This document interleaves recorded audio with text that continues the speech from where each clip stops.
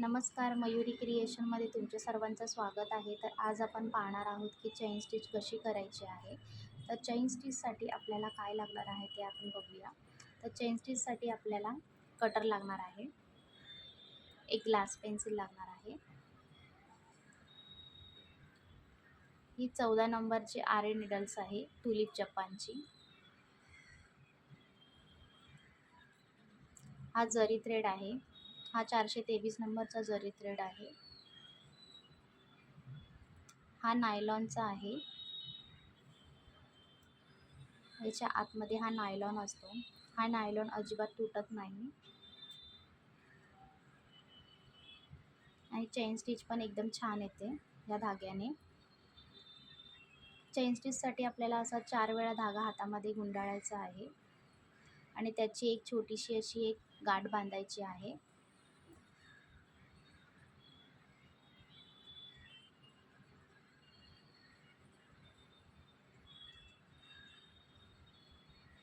आणि जो एक्स्ट्राचा जो जरी थ्रेड आहे तो आपल्याला कटरच्या साहाय्याने कट करून घ्यायचा आहे आणि एकदम छोटीशीच गाठ ठेवायची आहे जो एक्स्ट्राचा धागा कट करून. ही बघा अशी.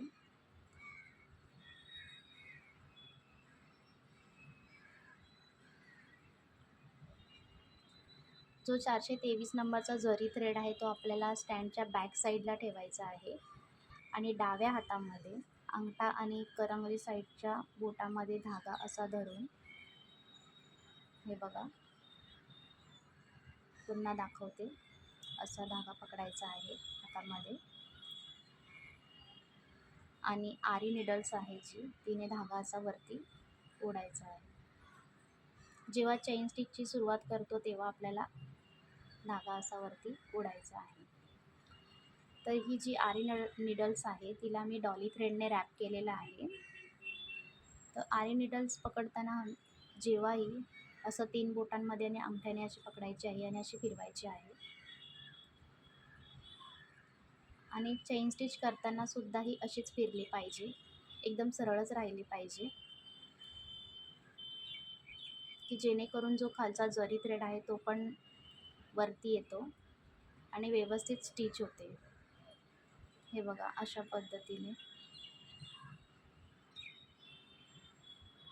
पाहू शकता, अशी फिरली पाहिजे. ग्लास पेन्सिलने आपण एक रेष ओढून घेऊया.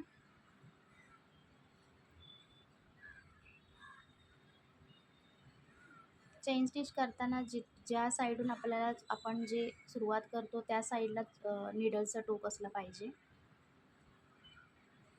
धागा असा वरती ओढायचा आहे, पुन्हा निडल्स खाली टाकायची आहे धागा अटकवून. जेव्हाही धागा वरती काढतो तेव्हा सुई टर्न फिरवायची आहे पाठी परत, पुन्हा खाली टाकायची आहे, पुन्हा टर्न फिरवायची आहे, पुन्हा धागा अटकवून पुन्हा टर्न फिरवायची आहे. अशा पद्धतीने आपल्याला स्टिच करायची आहे. तुम्ही चेन स्टिचच्या शॉर्ट व्हिडिओमध्ये सुद्धा बघू शकता की चेन स्टिच कशा पद्धतीने केलेली आहे आणि बॅक साईडचा सुद्धा व्हिडिओ त्याच्यामध्ये आहे, तुम्ही बघू शकता. अशा पद्धतीने चेन स्टिच करायची आहे आणि शेवटी एंड नॉट देताना एक लूप तयार करायचा आहे. असा पहिला लूप,